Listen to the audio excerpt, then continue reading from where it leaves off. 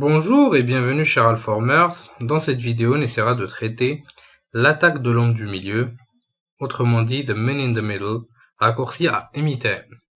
Sans plus tarder, le plan de la présentation est le suivant. Nous allons donc commencer tout d'abord par une introduction, suivie par une petite représentation de l'attaque, et on finira notre vidéo par un lab pour mettre en pratique l'attaque de l'homme au milieu. Il faut savoir que le METM, ou The Man in the Middle, est l'attaque la plus critique au niveau des entreprises et est extrêmement difficile à détecter. Elle consiste à pouvoir intercepter les communications entre deux parties sans que ni l'un ni l'autre ne puisse se douter que le canal de communication entre elles a été compromis.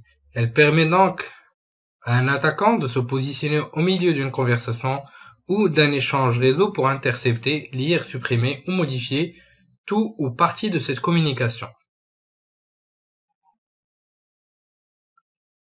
Comme on peut le voir, normalement la connexion légitime se passe entre l'hôte, donc l'utilisateur, et sa cible légitime. Quelle qu'elle soit, donc que ce soit un réseau, un serveur, un site web, etc. Le hacker va donc se positionner au milieu. La nouvelle connexion va donc être la suivante. Et chaque paquet qui transite de la machine A vers la machine B va passer obligatoirement par le hacker qui peut, comme on l'a cité au niveau de la précédente diapositive, supprimer, altérer, modifier le paquet légitime. Sans plus tarder, allons découvrir ça ensemble et en vidéo. Donc tout d'abord, nous allons utiliser la commande suivante qui va nous permettre de pouvoir transiter à travers le système du hacker. Donc transiter les paquets à partir du système, le système du hacker, donc dans ce cas qui est Kali Linux qu'on est en train d'utiliser, et atteindre la cible originelle. Donc nous allons utiliser la commande suivante. À partir de là, nous allons donc utiliser maintenant l'outil ARP Spoof pour envoyer continuellement des paquets ARP. Donc ils vont pouvoir altérer la table ARP de notre client.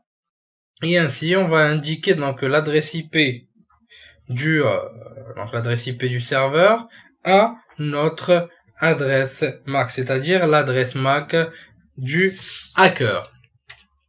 Le but étant de pouvoir intercepter tous les échanges entre l'utilisateur légitime et notre passerelle, c'est-à-dire le pont vers Internet. Pour utiliser ARPspoof, c'est très simple. Donc, ARPspoof-T suivi par l'adresse IP de la victime, qui est donc la suivante.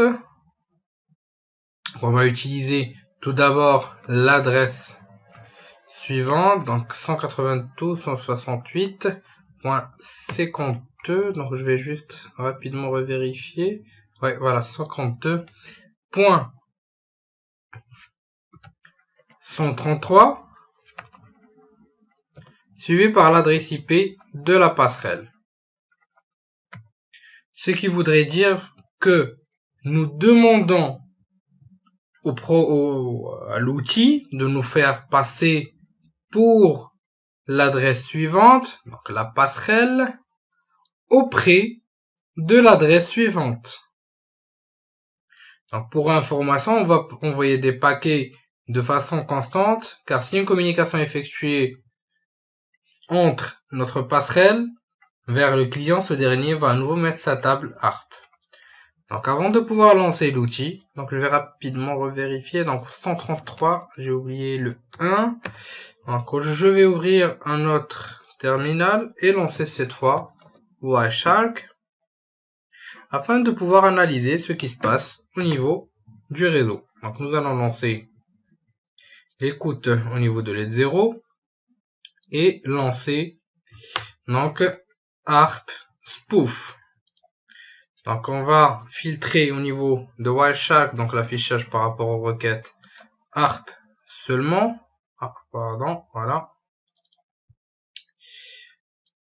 Voilà les différentes requêtes. Donc on va essayer d'aller beaucoup plus en détail au niveau des requêtes. Donc on va arrêter l'écoute. Voilà.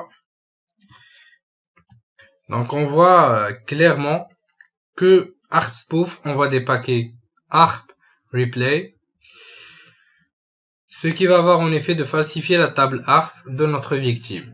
Il faut savoir que dans une utilisation normale, donc par rapport à l'ARP, les ARP Replay interviennent en réponse à des requêtes ARP qui sont diffusées en broadcast.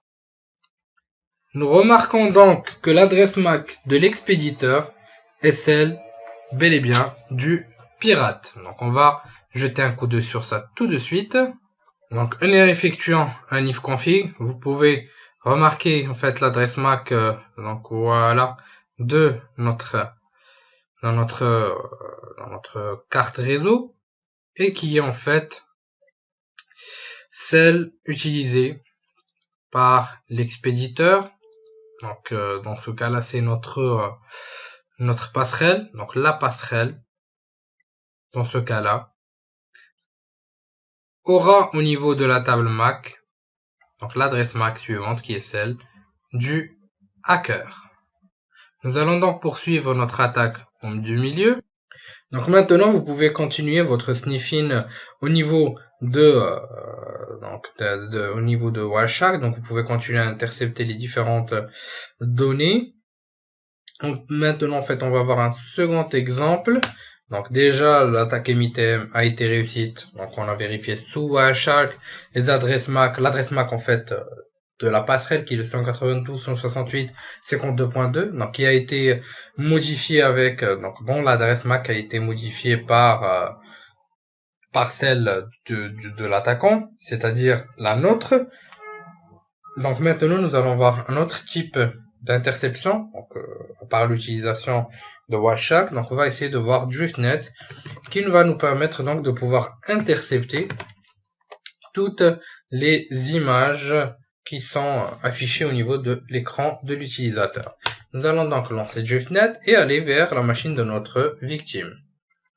J'ai donc navigué vers le site d'Alform ainsi que mon site, donc condair.com. Donc nous allons revenir vers notre machine Kali Linux et comme vous pouvez le voir, les différentes images commencent à s'afficher au fur et à mesure. Nous pouvons donc aussi utiliser une autre extension qui est URL Snarf qui nous permet donc de pouvoir intercepter les différents URL que l'utilisateur est en train de voir. Donc nous allons revenir vers la machine de notre victime. Nous allons relancer donc plusieurs requêtes à la fois. Voilà. Nous allons revenir vers la machine de notre attaquant. Et comme vous pouvez le voir, on est en train de pouvoir afficher les différentes requêtes ainsi que les informations relatives à cette dernière grâce à URL Snarf. Je vous dis merci de votre suivi et à la prochaine vidéo sur Alform.